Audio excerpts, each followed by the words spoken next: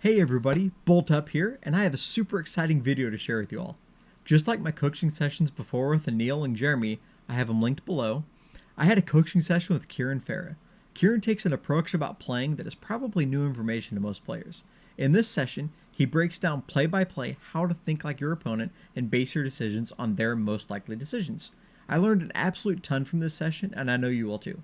If you enjoy this kind of content, be sure to like the video, subscribe to the channel, and tell me what your favorite part was. I had an absolute blast, and I know you will too. Okay, so basically it's like live, but you have to do everything yourself. Okay. But the reason I like it is because if someone I don't know whiffs, you can just let them have the card. You can stop for a while and discuss everything. So, cool. All right, do you want heads or tails? Heads. Tails. Okay, so I'll go second. Okay. So just click the button that says setup in the bottom right. Yep. Okay. Cool. Okay. Yeah, the hotkeys are really intuitive. It's A for active, B for bench, D to discard a card, or you can just drag. And then to draw cards from your deck, you just click the number on your keyboard for how many you want. So to draw one, you would click 1. Okay. Cool. All right. So you said you were going second. Yeah. Okay. So if you conceptualize this open, how would you go about normally figuring out what to do? Let me hear your thought process. Okay, well, the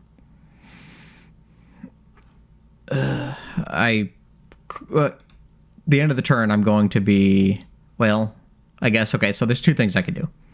One, I could instant charge from the Rotom, or I could Ultra Ball, get the Rotom out of the active, and get the Bidoof out there. My initial thought would be the more cards are going to be more important, so I would instant charge with the Rotom at the end of turn, probably attach the energy here onto the Dreepy. Okay. And then pass the turn. Okay. And then I guess the question would be the thing I'm always thinking about is, especially on my first turn, is what does my turn 2 look like? So what are you trying to do on your next turn? So how do we set ourselves up here for next turn? Well, my turn 2, I would be looking at a bigger bench, so Arven for Poffin. And then I could go rescue board to be able to get the Rotom out of the active without losing anything, without losing any energies. So Poffin for another Dreepy and a Ghost. Yeah, Dusknoir. Duskull, there we go. So that would be my goal of turn 2, is getting set up. If I can get set up, I can play the game. Okay.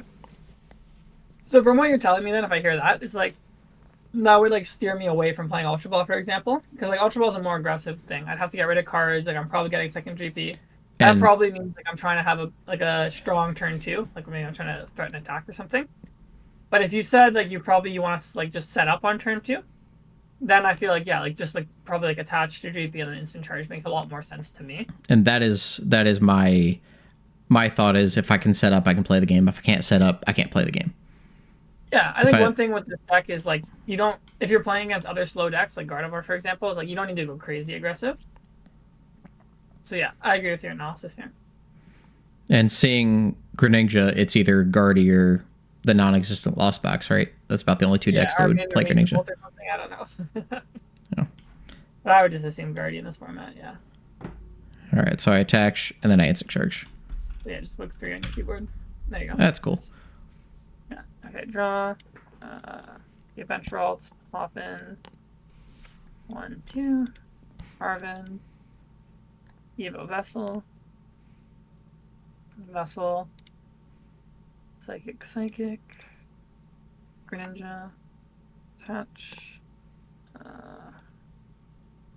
Then I'll do Heavy Ball for Ralts. Put it back. And then there should be an Evo here, and I'll TM Evo. Alright, here we go. It's a heck of a turn 1. Yeah, it's pretty good.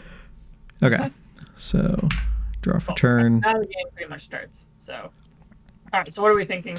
Okay, so this turn, once again, I need to fill my bench. You only have 4 cards in your hand.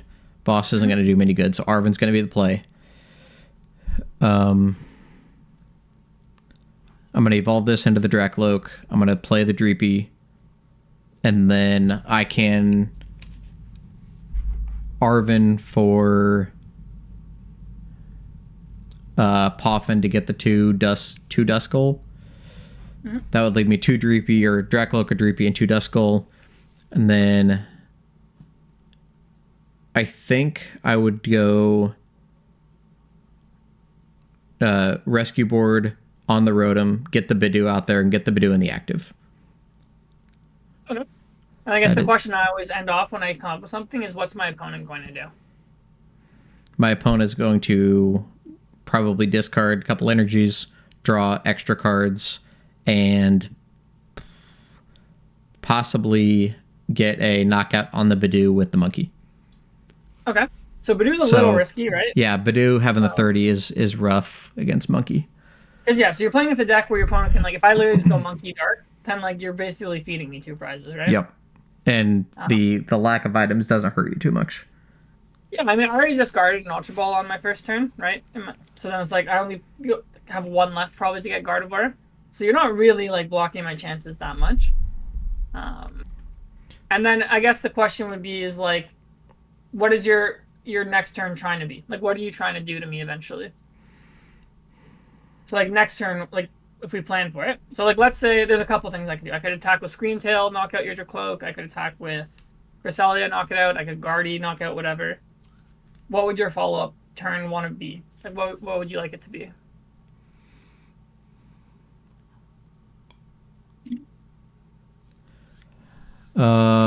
Probably well, if you go with Guardy, then I think my dream turn would be a Dusknoir Dragapult knockout of the Guardy, spread the damage, I guess spread the damage around, possibly in a way that monkey can't send 3 back at me.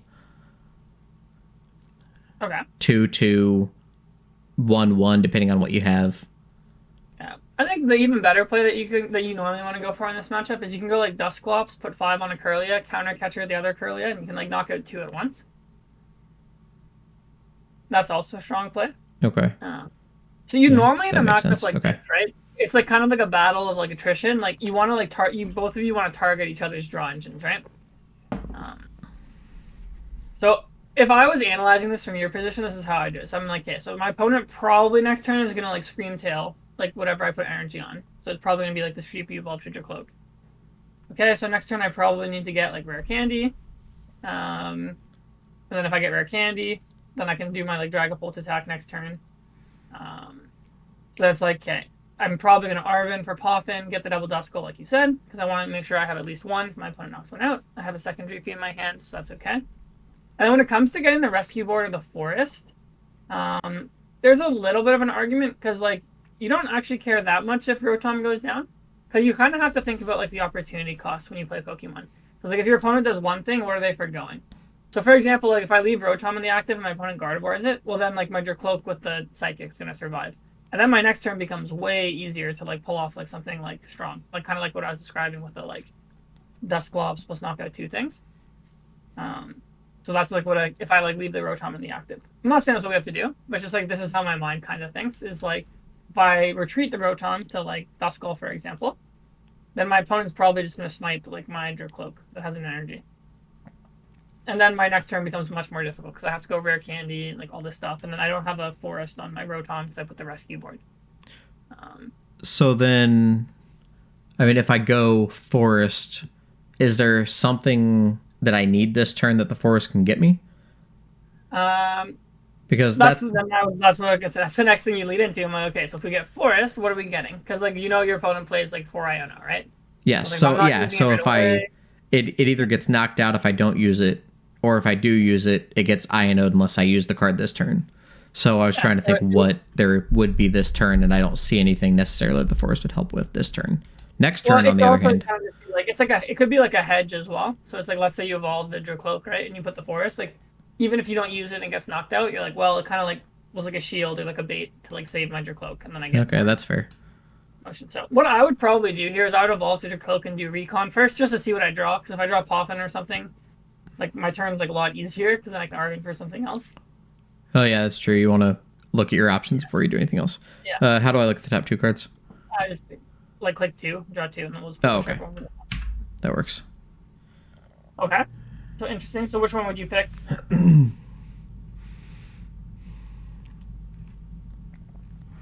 Well, if I have Arven, I can still get the Poffin. Mm-hmm. So I'm still loading that up with the 2 more. I'd probably take the energy and throw it on another Dreepy. Yeah, exactly. That's so if we're worried because we said one thing that could happen if we get Scream Tailed, so you probably need another energy. So just click the down arrow on the nest ball, and it'll go to the bottom. Oh, cool. Okay, so I can go here and here, and then we go Arvin. Yep. You can like click D on it or drag it to your discard. Either one works. Yeah. And then that's how I search. Okay.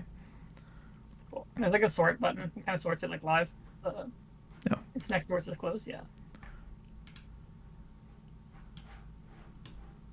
Okay. Okay, so Forest Seal, Rescue, and Crystal. Crystal doesn't do me any good right now. So it comes down to Rescue Board and Seal, and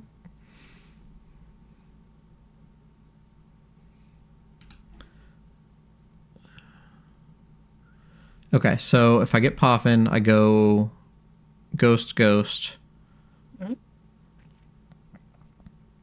Do you have any energy in your discard? You have one. And you have one there, so if you retreat, you have two, so you could have the attack without much of an issue. Next turn, into the Rotom. But the Rotom's going to stay in the active because everything else is going to be more valuable. So if I get the Forest and I want to use it, I could grab another Dreepy. So another thing I would think about is so what do you think is the most likely play for me right now? If you just retreat into the Duskull. That's what we're leaning towards. Then you retreat the Greninja, you get a Gardevoir, and you swing an attack for 190. Or you don't think I would Scream Tail the Cloak? Well, yes, probably. But I guess if I'm looking at the board, I'm seeing the Guardy attack. But yeah, the Scream Tail makes sense. Especially yeah, I mean, like, yeah. I think a strong opponent, they'll target Dracloak before Rotom, because that's not going anywhere. So then if the Dracloak goes down, if we want to attack next turn, we'd probably need, like, Rare Candy, not Dusknoir, Dragapult. In which case, you can Ultra Ball for, like, Lumineon, maybe, and then we could save the Forest Seal for that. So that's another thing to think about. So you're saying grab the Forest Seal and keep it in hand? And hope it didn't get Ioned? You can do your play where you retreat with the skateboard. I think that's fine. I'm just saying, like, if that happens, like, the reason I'm saying, like, we could maybe save the forest is you might want to You're saying don't even search for it at all. Yeah. So, like, you can grab, like, the skateboard right now, and then grab the Poffin, like you said. Okay, so I got the Poffin. Oops. Yeah, and then just grab skateboard as well. Cool.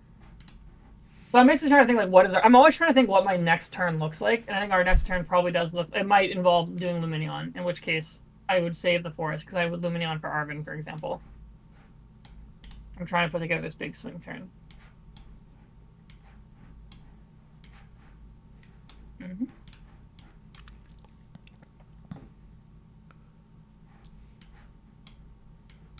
And would we retreat to Duskull or GP, I guess, is the other question I have. So if we retreat to Duskull, like, next turn you're almost committed to, like, popping it, because your rescue board's gone, right?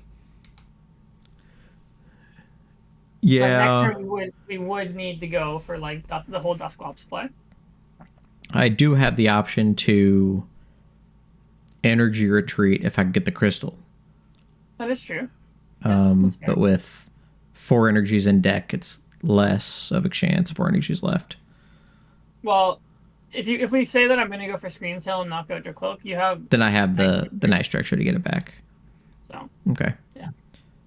And if you don't have Scream Tail, then I would rather lose him than something else. Yep, I agree. Okay, so that would end my turn right there. Yeah, and you'd instant charge, but yeah. Oh, yes. I've forgotten that way too many times. You're good. Okay, that's interesting.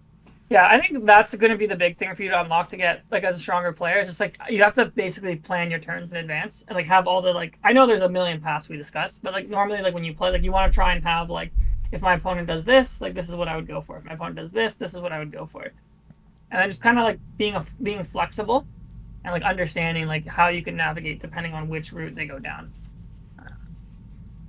So, okay. Let's see here. I would probably go earlier. I want to get rid of that. That's my best discard. Corellia. Corellia. Probably this. Okay. Greninja. Managing that in discard. Okay, so I can go Dory, Dark, Ultra Ball, Gardevoir, Retreat, and then just put 3.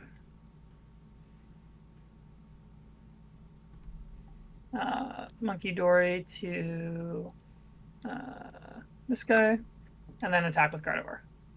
So you go. Alright, so now it's a lot easier because I didn't knock out the guy on the bench. But we were ready for that. Oh, there you go. So you did attack with a Gardevoir. Screamtail pressed? No, my hand wasn't good enough to do it.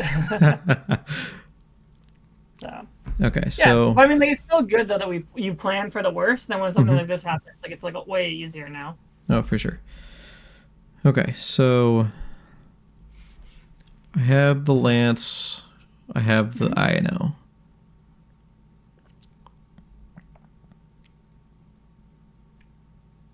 So, well, okay, so I bring him up. He's got the rescue board. And draw for turn. Hey, look, that helped. So let's figure out what I like to do, too, when I'm playing my game, is I try and think about what my, like, ideal best case is, and I come up with backup goals if I can't get it. So if I ask you right now, like, what's the dream this turn? Would probably be the 2 Curlias being gone. Okay. So then I ask myself, what would that require? So that would require a boss of the Curlia, the Ultra Ball into the Dragapult, the Fire Energy onto the Dragapult, onto the Dragapult.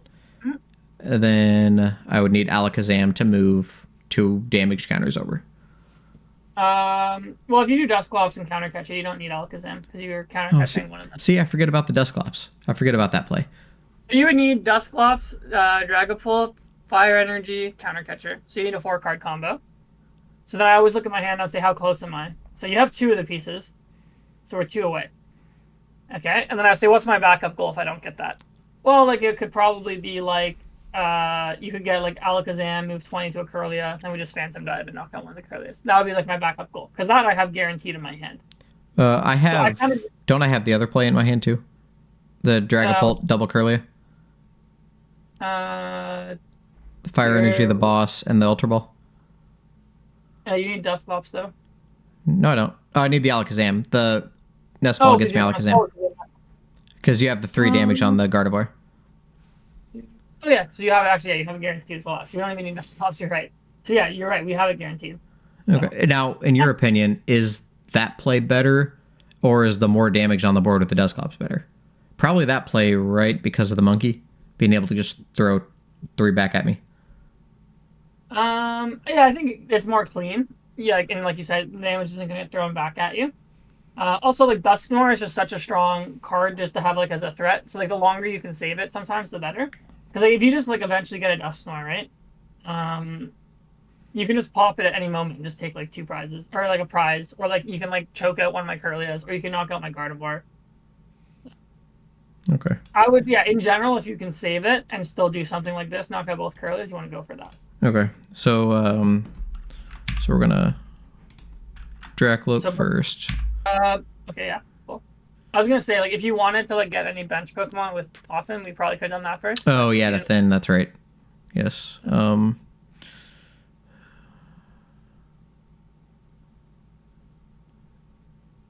Okay, I would keep Ultra Ball here. Get rid of Bidoof and Sinnoh, and get the Dracloak with it, and then throw this back on. Sure.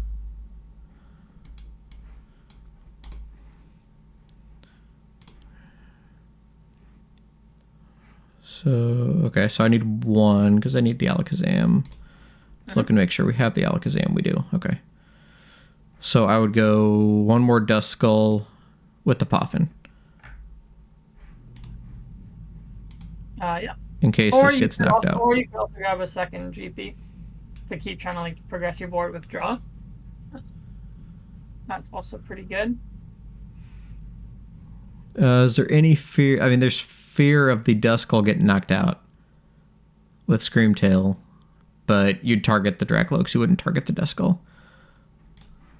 I could target. Also, if you don't evolve your Duskull this turn, I could also go double monkey and knock it out.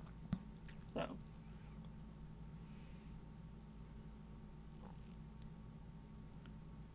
Wait, how do I keep getting... What am I doing? Putting damage counters on there by accident. How am I doing that? You're good. What am I doing by accident? There should be 3 on there. Oh, there should be 3. How am I doing that? You might have clicked like 2 on the Dracloak. Oh, yeah, I got you. Instead of drawing the cards, I clicked it there. Yeah. I see. Okay. All right. So we have the Alakazam. We're deck searching. And let's go Dreepy.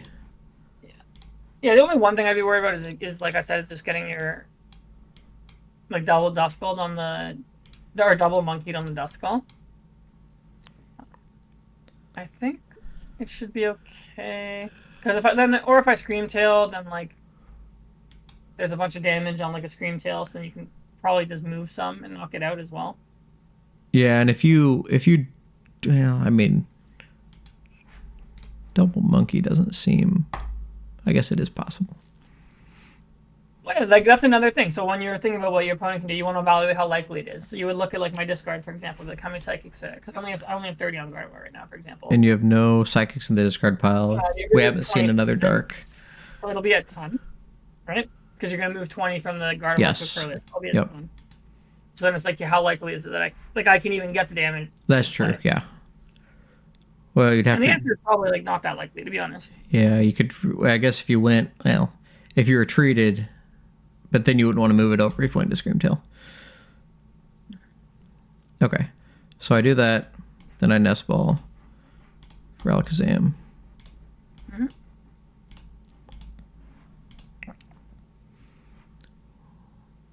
And then we go Ultra Ball, Badoo, and Sinnoh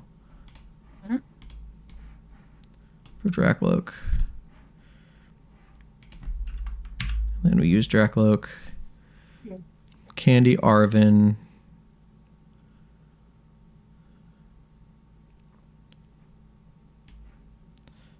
I'm going to get rid of the Candy. I'm going to keep the Arven because that allows me to Crystal and Candy next turn if I need to, or Forest Seal. If I can get the Lumineon, I can Forest Seal Candy. Plus, I'm seeing 5 additional cards next turn between the Dracloaks and the draw. Well, you're gonna evolve one of them to a. Oh yeah, sorry. Yep. So either 3 or 1 if you knock out the benched Dracloak. Okay. So I would do that. Mm-hmm.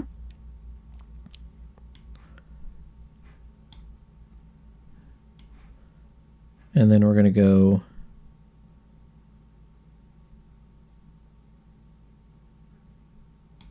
Ultra Ball. We're going to get rid of the Lance.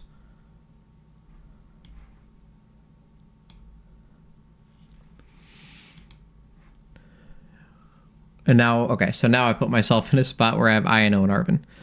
I get rid of one of those because I'm using one and most likely not the other next turn.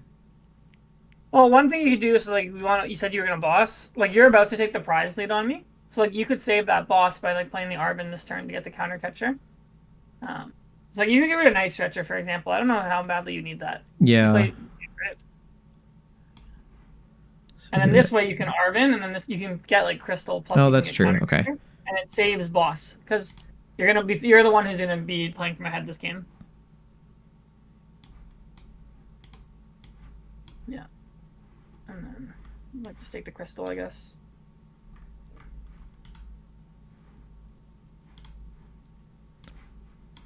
All right. So we counter catcher up the Kirlia. Mm-hmm. Can I do that?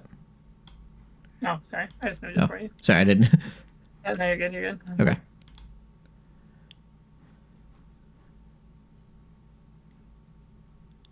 Oh, wait, I'm still discarding.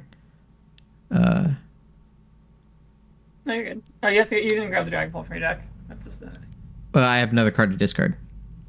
I only discarded one. We got rid of. I discarded. The Night Structure. Night Structure. That's right. That was the other one. Okay. All right, so Dragapult here, that here.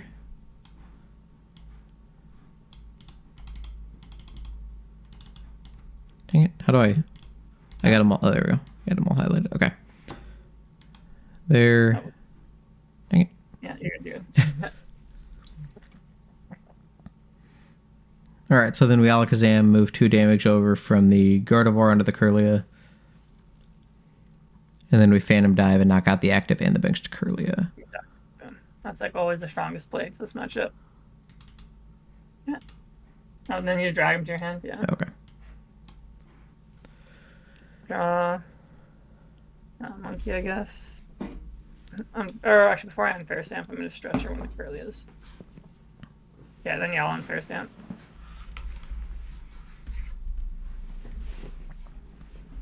So you right-click any card in your hand, and there's a thing that says Shuffle Hand into Deck. And 2. Cool. And then I'll do Vessel, grab Psychic Dark, Concealed, Dark, Kirlia, I guess. Okay. I'm gonna keep the 10 off of this guy. Start getting rid of this. Then I'll just punch for 190. This is 220. Yep. So now it's your go. Oh no, the guy is 10 because I did monkey to him. Oh, sorry. I thought I did that. You're good. Okay, so let's plan this out. So what do you think? Okay, so first thing I'm going to do is I'm going to draw with this Dracloak. Or I'm going to whatever that is. But like plan out your turn first. Like I know you like obviously you want to draw, but like always you want to have like a general idea of what we're trying to work towards, and then that kind of gives us some direction. Okay. So like what you have like one like again like what's your best case here?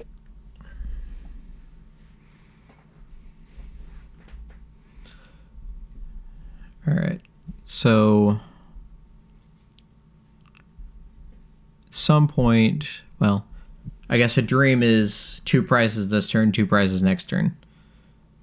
You actually pretty much have a play this turn that like wins the game on the spot, more or less, if you can find it. Okay.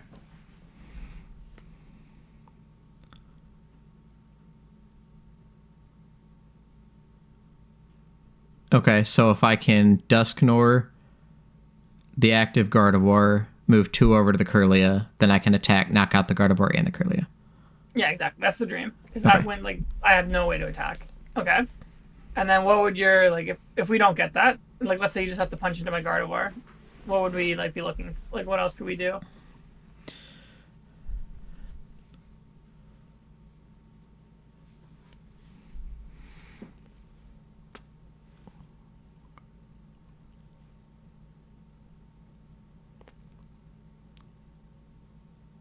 Well, another option is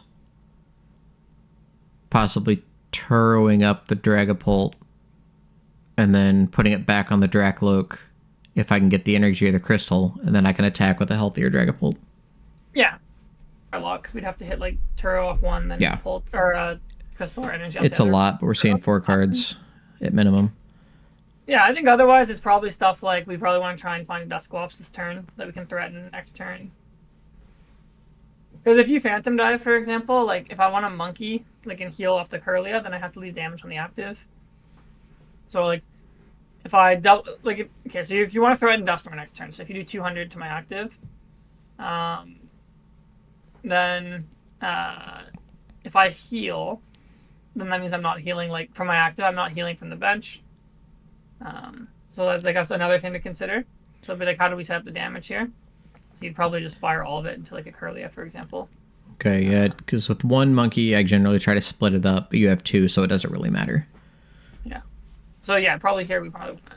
Oh, actually, if I have 2 monkeys, like that's actually is better to split it up. Like if you go 2-2-2, for example, because then I can't heal all of it. But you could heal the Kirlia completely. I could, but if you fire 6 into it, I could also heal it completely. But it's kind of like thinking about like the opportunity cost again. So it's like if you do all 6 into Kirlia, for example, then my Gardevoir is 200. If I want to like get my Gardevoir out of Dusknoir range. I have to heal that once. So then Curlia, I guess, would have 30 left after heal, and then we could knock it out next turn. So that's how I would come to the decision where I'm like, I'm just going to fire all of it at Curlia. Okay, that makes sense. Yeah. So it's always just asking, like, what do they have to forgo to, like, do one thing? So. Okay, so we're going to use Dracloak first. So Dusknoir is going to go to the bottom. Yep. Then we're going to evolve here, and we're going to do it again. Okay.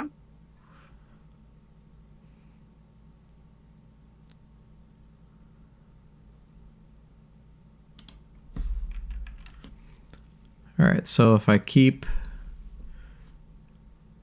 the Ultra Ball, then I could go Dusclops. I'd be giving up the fire and the Duskull. But then I'm threatening Dusknoir next turn.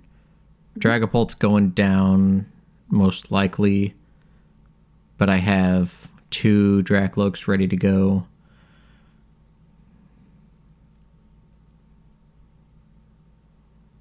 If I go...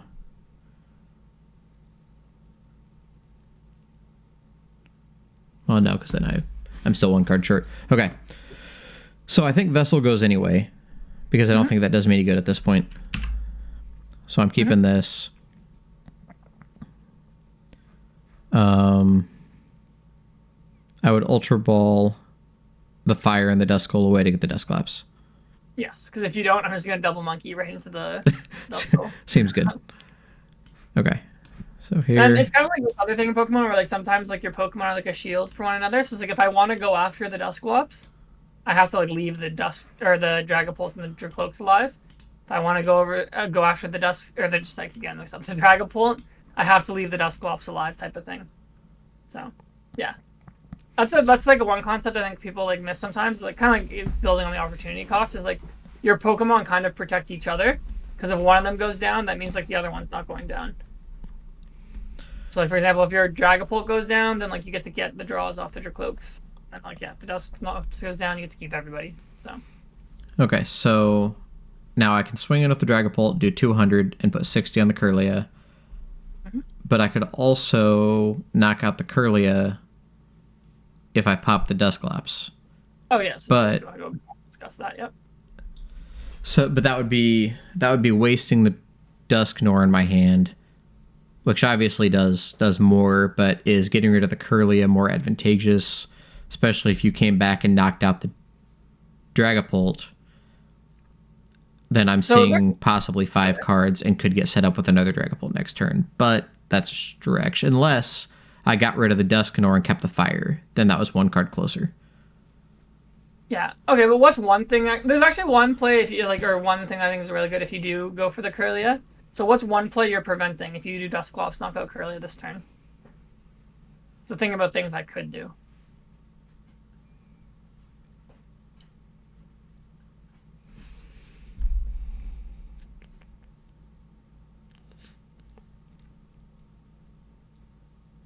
I don't know. I must not be seeing it. So, like, if you, like, punch into Gardevoir, like, what's one play, like, you think I'd probably like to do? You could Turo. Okay. So if you do Dusclops on my Curlia, you actually, like, deny the Turo. Because then, like, I have no way to evolve, right? Yep. So I'm not saying you have to do the Dusclops. I'm just saying that's something I would consider as well. It's like, what's my opponent going to do? They could Turo. Okay, how bad is Turo for me? Like, can I protect myself from that? And then if I do that, I'm down 2 Arvins and 3 Ultra Balls.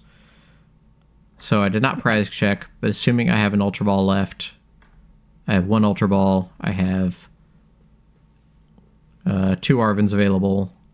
Mm-hmm. You have your Forest left as well. I do have the Forest, so Lumineon could help. So I have outs. So I think this is the play that I would do. Well, so keep that. I keep that in hand, I think. I don't think I attach it. Okay. Because Because I have I one. mean, if you're gonna go for this play, like I'm probably what support am I gonna play?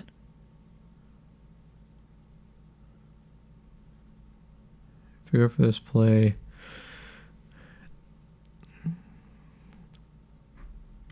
I mean, are you hinting at INO? Yeah, I'm probably gonna INO, right? Even if I have, no, because I'm grabbing one card, so I'd have two cards in hand. Yeah, okay. I guess like I might not do it. You're right, because you only take one prize. You might have one card in hand. Right. So that was why I'd keep it in my hand. If I go here, then there's a Screamtail option available, a counter catcher, a gust of some kind, and then I just lost 2 energies. Okay, but I mean, like, even but then the Dragapult's alive.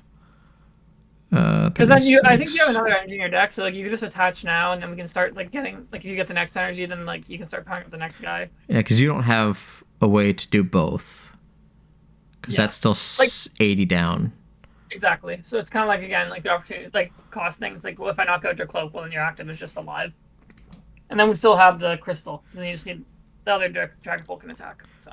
And then you have the crazy Turo play where you get 3 monkeys off. Yeah, I guess that is a possibility. Okay. So, gosh, how do I keep highlighting this? Why do I keep highlighting my entire side here? Click on it. Yeah. Okay. All right. So I pop that and put 5 on the Kirlia.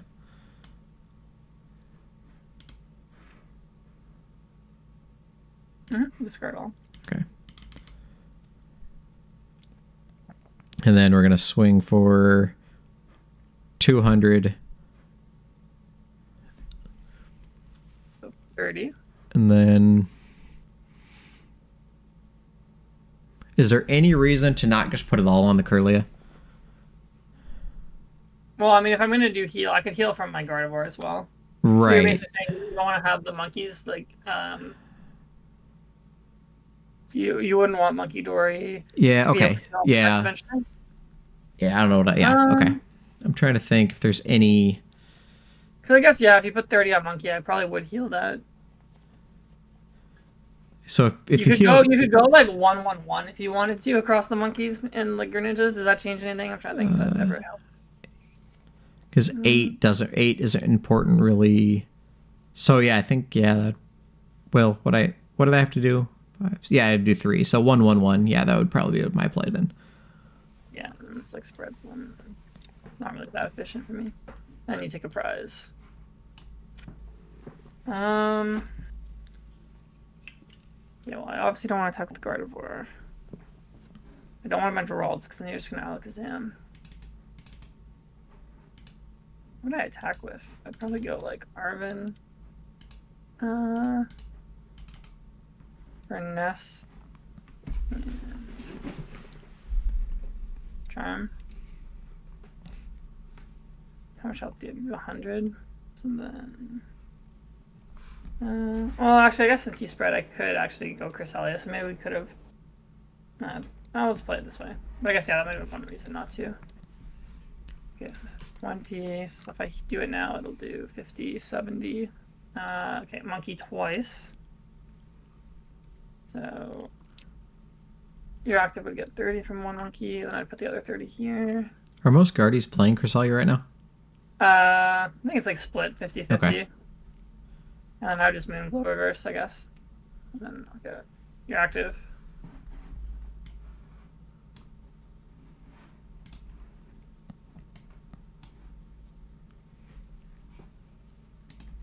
Yeah. Okay. Nice. So what are we thinking here? You got 120 on the Guardy. Mm-hmm. I need 210. That's unfortunate. Knock that out. No, you need 190 to knock it out. What? I do math. Oh, no. Oh, yeah, 310, not 330. Okay. Yeah, so, it's not Charizard. Yeah. It's not quite that good. Okay. So, a Gust into the Gardevoir seems like the best play. Okay. That's going to be hard to get.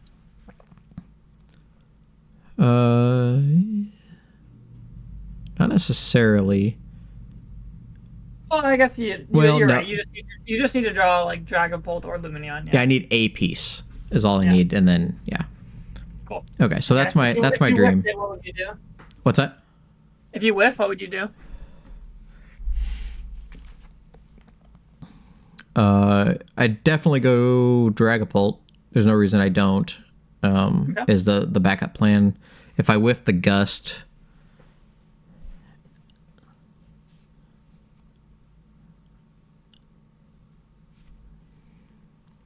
the 6 damage is going to get healed no matter what, unless I split it up 2-2-2. But last time I did that, it came back to bite me. Yeah, I'd probably just fire it all to Gardevoir this time, because then that also prevents me from getting out of Phantom Dive range.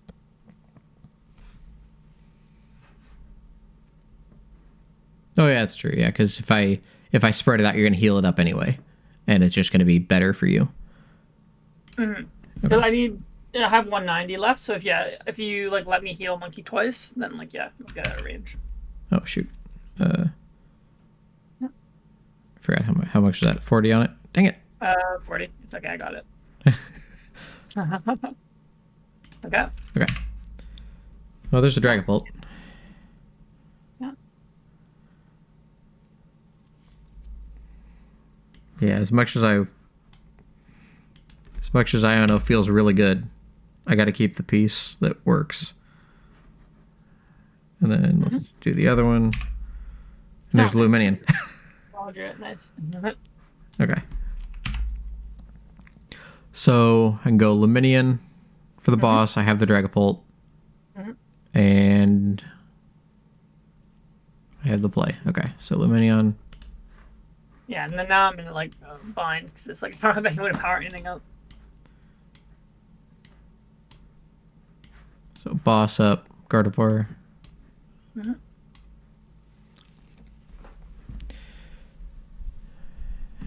then we go. Well, let's see. 7, 9, 10, 11. So I have 7 that I can play with because I can move 1 off of the Gardevoir. What's Cresselia have? 130? 120. 120. Well, I guess in this, I don't know where I would put the damage. You probably all on Monkey? Yeah, because it has the least amount of health. Yeah, put all 7 on a Monkey, right? Okay. Yeah. I feel like I always overthink or try to overthink that. I think all fail. Bravery Charm, I guess. I don't know. Okay, here, pretend I drew a Psychic. This is my plan. Diona, like, shuffle hand to bottom. The third one. Alright, this is my master plan. Double Monkey. You're active, so that's 600, and then attack, so you're at 160. And confused. Yeah. Alright, here we go.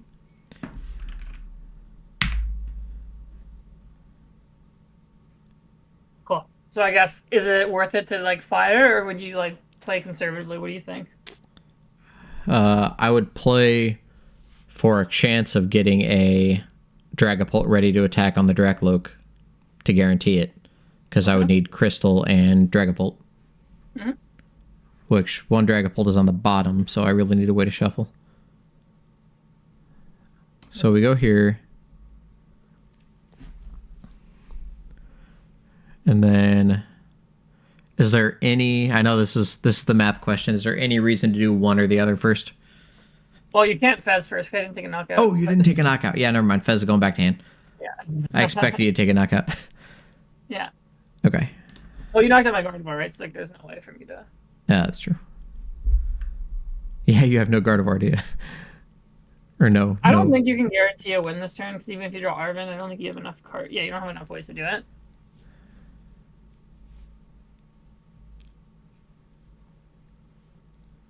So basically, like, I'm not threatening anything crazy, because I don't have Gardevoir. I can't attack, right? The most I can attack is with like 60 with Mind Bend. So, okay, well, there's Forest. That's pretty good. Okay. And you have okay. Uh oh yeah, I'm still an energy short. Mm-hmm. Okay, so I would attack Forest Mm-hmm. and attack Dragapult without using the Forest. So attach Because the Lumion and then just attack. yes. I feel like you're introducing unnecessary risk. So like basically, it's like I can't attack for like damage next turn, right? So I would put the Forest on Lumineon because there's no reason not to. I would just retreat Dragapult and instant charge because then like next turn you can literally just like retreat to Rotom because it has the skateboard. Then next turn you literally just Forest Seal Stone for an energy and you win. Whereas if you flip tails, now all of a sudden you're at 190, and then I can do 60. I put you at 250. I have the monkey, so I can knock you at 2 attacks, right? So if you flip double tails, all of a sudden I think I actually have a chance to win, even though it's slim. But by doing it this way, you evaluate, is there a threat on my opponent's board? Like, no. Like, they're literally just hitting me for 60 with Mind Bend. I get to draw 3 cards, and then I have the Forest, right? So it's like, you just do 1 energy. And then, like, yeah, and then, like, now next turn, I'm not confused. If, like, Ciaran doesn't play boss or anything, or counter catcher, I just retreat, attach, or get the crystal, and then Phantom Dive, whatever's in the active. Okay. So if Atlantic Shark's there and there's the Arvin and Night Stretcher. Like, even if I play Iono, I can't really do anything. Like, yeah, this is checkmate, because you just have Forest. So I think that's one thing where I struggle is identifying the threat level of my opponent. Sometimes I think there's nothing and then they break out of it, and sometimes I think, like in this particular case, I was worried about trying to finish the game right there on the spot when there was really no threat. Yeah, I mean, it always goes back to asking the question, like, what's my opponent going to do? And then just, like, understanding, like, what are they capable of doing, right?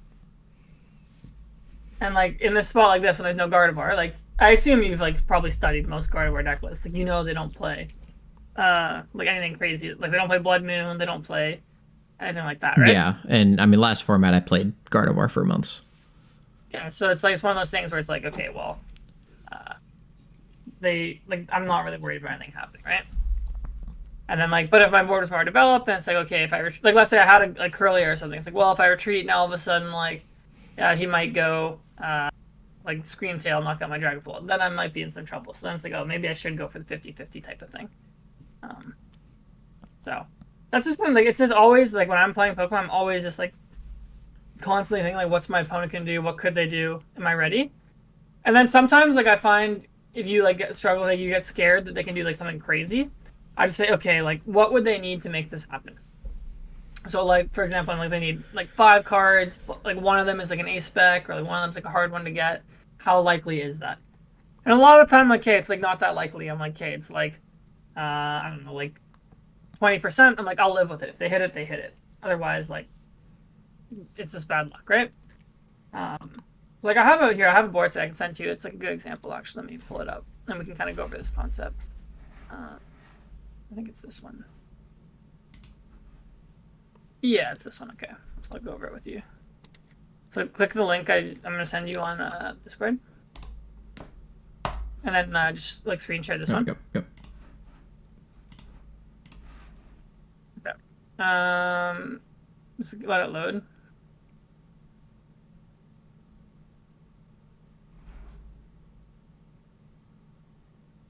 Nice. There it is. Okay.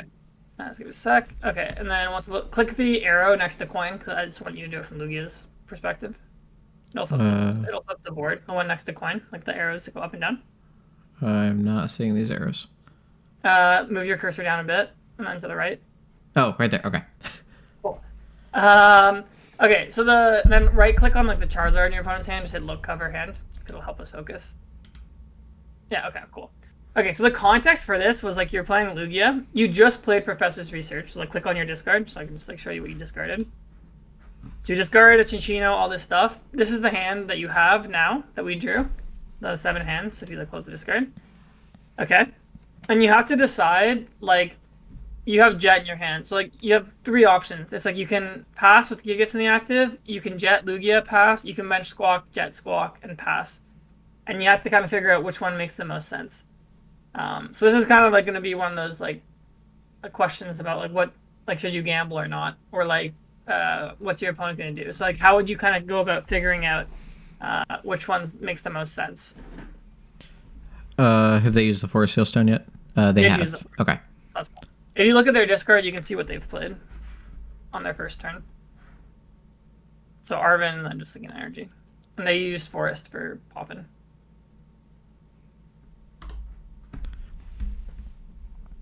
Okay, so if you jet up to Lugia, they need Charizard and Dusknoir. 18, 20, yeah. So they need Charizard and Dusknoir, which means they need 2 rare candies. They could also go Dusclops plus Defiance. So that's a different like iteration of the combo. Okay.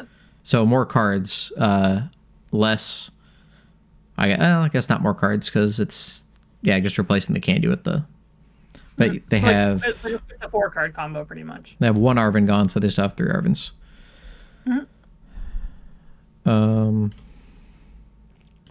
But you just lose if they do that. Yeah. You flat out lose if that happens. Agreed. Yeah. And you want the Gigas for the Charizard. Do you play Thornton in here? No. Okay, then It's I would. a 2/2 Shishino list. So and you have your second Shishino in your hand. So if you research next turn, like you're not and Gigas goes down, there's no more one-shotting Charizard the rest of the game.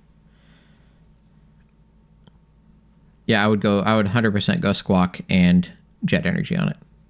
Make them have a Gust as well. Cool. So what I would do, I'm not saying this is like right or wrong. I'm just saying like, so the way I would analyze it is I try and do like a prize map in my head of like how the game would play out. You can do it on the simulator. I'll just like talk out loud. So I'd be like, okay, so I'm going to Jet Squawk. My opponent on their turn, they're probably going to Rare Candy Charizard, knock out my Squawk, right? Okay, so I'd be like, okay, so they're going to knock it out. So now the prizes are 4 to 6 for them. Okay, well now in my hand I have this Research Double Chops angle. That I'm going to Gigas, knock out their Charizard. It's 4 to 4. Okay, what would my opponent do on their turn? Well, they probably want to knock out my Gigas because otherwise I'm just going to like sweep them with it. So they would knock out my Gigas. Now it's 3 to 4. Okay, well I can't knock out Charizard anymore, so like I can go boss on the Rotom. Now it's 2 to 3. Well, if I do that, then they can Briar and I'm gonna lose. It's like, okay, well what if I put like Legacy on my Lugia and I knock out the Rotom? Well then like if they knock out my Lugia, they go to 2. Now I don't have Legacy anymore. I can't take 2 prizes at once because their board's too big. Do you play Weirder? This build, no, I don't think. If you had Weirder, yeah, I would factor that in. Because Weirder could get the last 2. Going that route. Yeah. Okay. So I'd say that, but I don't. So I guess I can't. I'd be like, okay, what else could they do? Well, what if they Turo the Rotom? Well, then now I'm really screwed because they don't have a lot of stuff. I guess you could go like Iron Hands and like Gust and like knock out one of their guys. That's pretty solid. But it's still the same problem that if it gets knocked out, like there's no way for us to take our last 2 prizes, right? So I would kind of do that in my head, and I would kind of like assign like my odds of winning. So like if I had to ask you, like, what do you think your odds of winning from this spot if you put up Squawk with the Jet? Well, feeding them 2 prizes right away is not great. I mean, I would say under 50. Yeah, I'd probably say like, let's say like 25-30%, right? Okay, I was going to give you 40, but Sure, 40, sure. And then I'd say, okay, like, so that's that one route I explored. It doesn't seem that great because like it just seems like they're gonna have way more options. But I'm like, okay, that might be my best option because like you said, if I leave Lugia in the active and they knock it out, I just lose. So then I'd say, okay, what are the odds that Lugia goes down next turn if I play a Jet? So they would need the 4-card combo. So they would need either like Arvin for like Rare Candy plus like Defiance, and then they would also need Charizard plus Dusclops. Well, also if they have Rare Candy Pidgeot, they can get Arvin there. It opens up options, I guess, but they probably wouldn't use the Rare Candy on that if they're trying to dig for that play because they only can have 4. Yeah, I mean, like you're right though. The Rare Candy. Well, they could Rare Candy Pidgeot because it's like Pidgeot's like neutral because then it's like it just replaces the card. Like Right. it would just replace. It'll thin to get the rest of the pieces they need. It also depends on if this is best of 1 or best of 3. If it's Okay, best cool. of, That's another thing to bring in. Yeah. if it's best of 3, I think I would take the risk putting the Lugia up there. If it's game 1 and a best 2 out of 3, because the odds of them getting that are low. But if it does happen, I still have 2 more games to come back. Where if this is best of 1, I would not take that chance because 1 loss is too big of a deal. So I think the best of 3, that's like another thing like that you can factor in. But I think I would, even best of 1, I would say what's their odds of pulling that combo off? Like if I think the odds of them pulling that combo off are less than 50%, which I think is reasonable to say. They've already played 1 Arvin. They've used their Forest. Like let's say the odds that they pull that off is like 40%. Like I say if I jet up Lugia and they like don't take the knockout, like I'm probably like favored to win this game by like a lot now. Right? So then it's like 100%. Yeah, for sure. So I would probably like actually gamble and put up Lugia, because I agree with you that like if you get knocked out, you lose on the spot, it feels horrible. But if you go for like Squawk with the Jet, for example, like I'm just gonna lose most of the time. I'll probably get down to like 2 prizes, maybe even 1 prize, and it'll feel like I played a game. But the game was pretty much lost like from the start. Whereas if you take like an aggressive, risky play like this, it has the chance to completely swing the game back in your favor. So one thing I do a lot when I play Pokemon is like when I'm in a losing position or playing from behind, that's when I take more risk or I gamble more in plays like this, because you need something to go right to come back in the game. So like for example, like if you're playing like a Raging Bolt deck and they're up 2 prizes, like you need them to take 1 prize at some point. Like that would be an example if you need to come back. But in this situation, it'd be like I need them to like have a turn or like they don't take a big knockout or like Gigas needs to survive. So like yeah, that's kind of like how I would think about something like this. Is like when I'm coming up with my plays, it's like I think about the game as a whole, like the whole how it's gonna play out, and be like, okay, like how advantageous or disadvantageous is the position, and then am I losing? Am I winning? If I'm losing or in a losing spot, like I need to be more aggressive and like take some risks. Like for example, in this spot, take some risks. So because if it goes as planned, you're gonna lose anyway. You need something to go your way. Yeah, so like people are just scared because it's like they'll ask me like, oh, what happens if they hit the play? I'm like, well, you just lose. But like if you go fuck, you also probably just lose. But like it just takes longer. So you give yourself an opportunity to like win the game. Like it's playing to win instead of playing not to lose. It's kind of how I put it. So yeah, cool. So those are just some examples of like how I like to think, or like concepts of like thinking about through what my opponent's doing, and then kind of like letting it guide my play from there, type of thing. So it's insane that on a streamed match at a major that you can have all that go through your head and still make the right plays.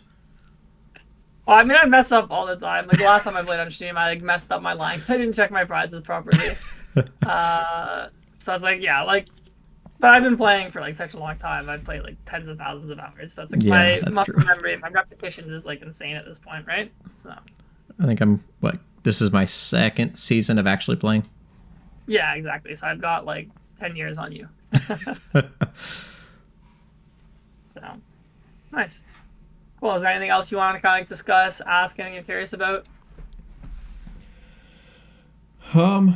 At this point, I don't think so. I feel like I'm going to rewatch this a few times and kind of try to relearn some plays, go through it, rewatch it, see my thought process versus yours, and then try to think that going through forward. Cool. A good way to practice is just watch VODs and like literally pause it at the start of the turn and be like, okay, what would I do for my turn? Like, what's my goal? And like unpause and like see what they do and see if they do the same thing as you. If they don't, try and figure out like why. Like see if you missed something, or maybe they missed something because they didn't analyze it as much. But that's a really good way to kind of like create boards or puzzles for yourself, is to kind of like do that. So makes sense. That works. So what did you think? Did you like it? I hope you did. And if you did, please like the video, subscribe to the channel, leave a comment, tell me you want more of this kind of content. I want to entertain, but I also want to educate. And I think Ciaran did a wonderful, wonderful job. I've watched this video so many times, and I wanted to share this knowledge that I had with Ciaran. He was so kind to allow me to post this on YouTube and share the kind of content that he coaches. If you learned something, if you enjoyed his coaching session, please reach out to Ciaran. Try to get a coaching session with him. It is completely worth it. But thank you again so much for watching the video. I hope you liked it, and until next time, I'll see you then.